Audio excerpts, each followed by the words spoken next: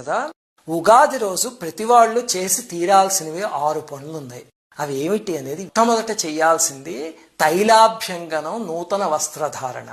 ఇందులో నువ్వుల నూనె పట్టించుకుని ఒళ్ళంతా అభ్యంగన స్నానం చేయండి. అది కూడా ఎప్పుడో 10కో 11కో కాకుండా సెలవు రోజు అని చెప్పి సూర్యోదయం సమయానికి చేయగలిగితేనే దాని శక్తి అని చెప్పారు శాస్త్రం. రెండవ పని ఏమిటి అంటే కీర్తనాద్యారంభము అని చెప్పారు. అంటే స్తోత్రాలతో కీర్తనలతో మీ రోజుని ప్రారంభించండి స్నానం అవ్వగానే అని చెప్పి.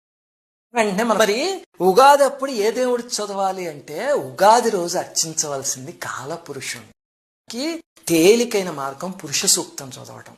అంటే లేదండి నాకు పురుష సూక్తం రాదు, వేదమంత్రాలు రావు, పర్వాలేదు, విష్ణు సహస్రనామం వచ్చా అది చదవండి. ఎందుకంటే విష్ణు సహస్రనామం మొత్తం విశ్వం అనుకోండి చక్కగా రికార్డు పెట్టుకుని ఎంఎస్ సుబ్బులక్ష్మి గారు చదివింది.